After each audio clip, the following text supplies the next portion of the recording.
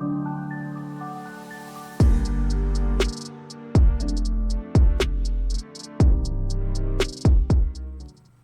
yeah, all tubes, all copper, all analog. Oh, hey, what's going on, everybody? James here, your ABX audiophile. Today, we are going to be talking about this cool Phono preamplifier by our good buddies over at ZinAmp. If you have not checked this thing out, it should be on your radar. We've been going through a lot of Phono preamplifiers recently, and this one punches pretty good considering the price point. Let's take a look at it. Then we'll come back and talk about it, and yeah, get y'all out of here. All right, let's go.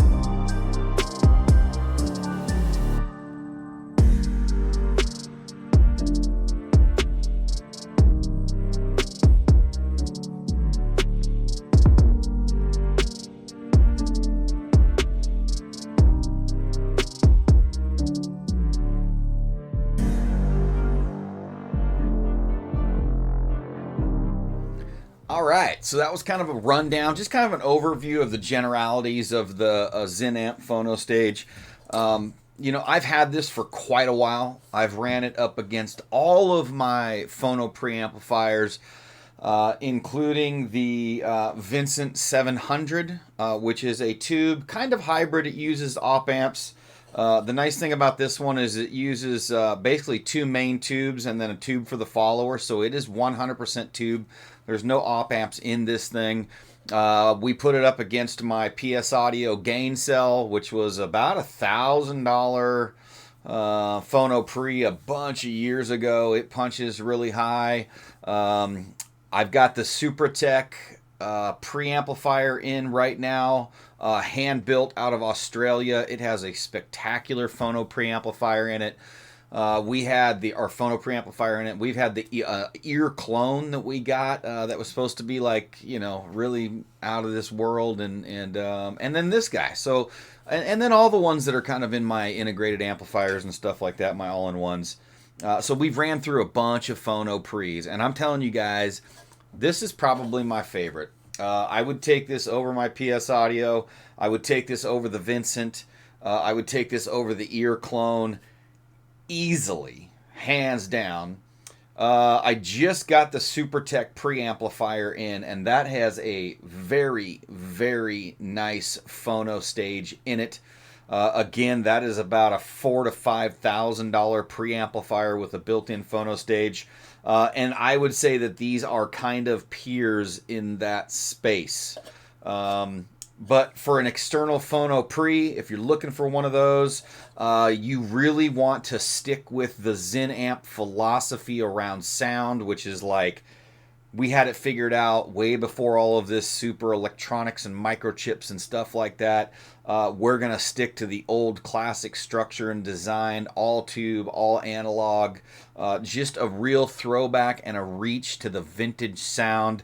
And when I say vintage sound, I don't mean warm and syrupy and, you know, like this old school, what people think about when you talk about like vintage sound. This thing is very, very resolving, has a very nice detail, nice, tight, and punchy bass. I think that's one of the things that I liked about this most was the bass.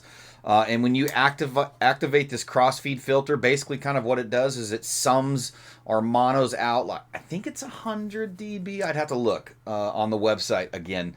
I'll type it in here. But it sums the bass, kind of monos it out, and it just really gives this nice cohesiveness to the bass. and it just feels really tight and textured and organic. I really liked the bass in this guy. Mids and vocals and treble region are all very accurate, very nice tonality and timbre. I had no issues with it at all. Not so laid back that it feels rolled off or warm, although I would put it on the warmer side just a smidge. But without losing resolution or detail, I think it still does that very, very well, which was really, really nice for me to hear. And we really just enjoyed this guy. No fatigue, no sibilance. It just felt good to listen to. It wasn't a chore. It wasn't work. The adjustability of it was really nice. If you run the volume out, you can kind of set your level that you want this to be kind of interacting with your system. I ran it just direct out, which bypasses the volume assembly completely, the circuit. And then we ran, I only run moving coil, so we kind of ran that most of the time. I have a Dynavector 20X2 high gain moving coil cartridge. So I ran it. I could run moving magnet, moving coil, either way. I ran it kind of just, in all the different settings, checked it out. It was all really good. The only thing that I didn't get to use was this Z-Act, and we're going to do that in another review. The Z-Act is an assembly where you put this little board right behind your cartridge, and then you run a wire to it. And then it basically just reduces noise and just makes like a super clean kind of playback. We're going to do a full rundown on that. I don't have a moving magnet cartridge in right now to actually interact with that. So keep tuned. We're going to have another review on that guy as we move forward. So really, really nice phono stage. I don't know if this guy's going to go back. It might just stay right here with me for a while. Like I said, all copper, really nice RCAs back here. Ground, everything feels really good. Nice rubber feet on the bottom, as you guys saw. A nice array of tubes. It is nice and thin, so it'll fit into your rack or next to something. It does have a wall wart, so it runs an external power supply. The only kind of thing that I really didn't super love about this thing was that you have to take the case and everything off to adjust all your kind of ohm and your gain settings for your loading and all your stuff like that. So there's a reason that he did that. I can read it to you. I've got it up here. He did respond to that. So he says that the jumper switches inside the box are a conscious decision because moving coil has such a high gain, it is prone to hum and noise if there is any stray electromagnetic energy. So we prefer to have the jumper switches inside the enclosure to ensure the Faraday effect. You mentioned you thought you had a touch of hum from a nearby transformer, etc., etc. So he had some interaction with some other gear that wasn't a cause of this, but that's the reasoning behind that. And people way smarter than me, can chime in on that. But that was direct from ZinAmp. The other thing he talks about, the internal power supply, is one of the reasons it's very quiet. We didn't want to put a mains transformer inside because of the hum they can generate, particularly with moving coil. We use an 18-volt wall wart. Inside, there is a linear regulated supply that steps this up to 280 volt for the tube rails. It also provides 12.6 volts for the tube heaters, and it has extensive LC filtering, which means inductors and capacitors. They remove all the harsh noise and ripple from the 18-volt supply, giving you a very smooth DC. This is additional regulation for the moving coil stage as well. So anyway, that is kind of direct from them on some of those things with the power supply and the internal switching of your settings. So just so you guys know, I wanted to make that clear. So you kind of knew what you were getting into there if you're not seeing any of the adjustments anywhere. Well, it's because you got to open this guy up and get inside. So I actually sent this over to a couple other people. I've really got a good group of friends here in the Pacific Northwest. A lot of them listen to vinyl. And we sent this over to our buddy Kevin after we all auditioned it here. And he spent some time with it. And what did he compare it with? He has, let's see what his reference was.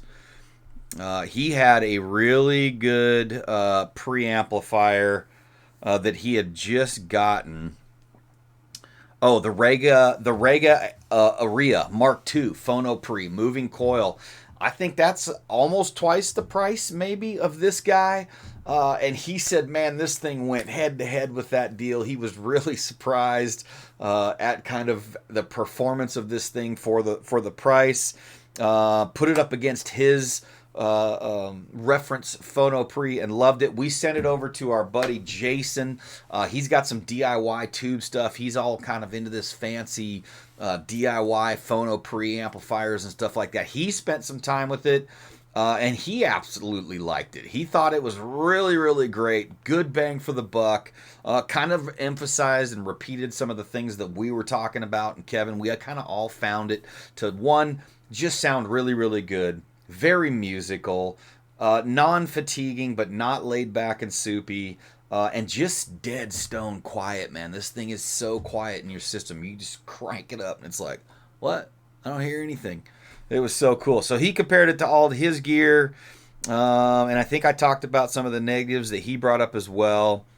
And I think that's about it. Oh, and if you guys want to get into this, if you want the full boat with the ZAct cartridge board that you mount to your tone arm right behind your cartridge, and you want moving magnet, moving coil, you can get this guy for about $1,000. I think it's just over $1,000.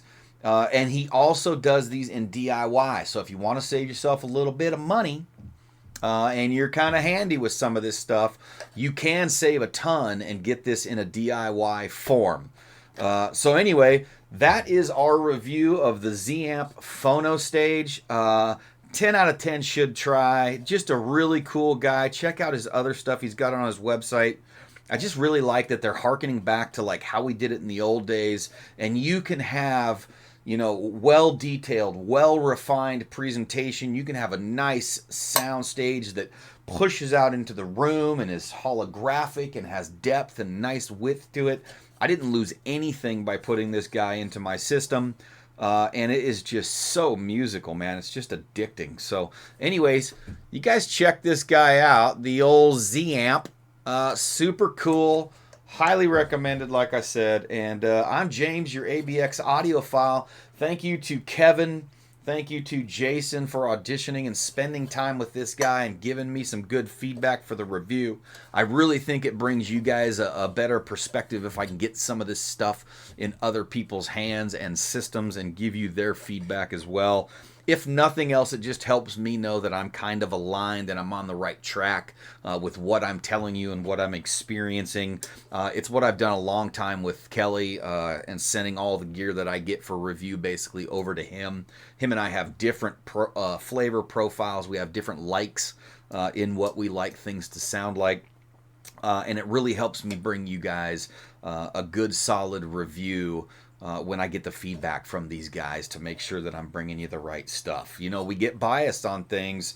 We like things. We love them. Oh my God, this is the greatest thing we've ever heard. Well, let's get it over to Kelly or Jason or Kevin or somebody else and kind of see how they feel. And if they share the same enthusiasm, man, I get fired up and I can get all excited about these things. And if they don't, you know, it squares me away and it puts me in my lane and it gives me some perspective. So all across the board, everybody we had this to really, really liked it. Big bang for buck.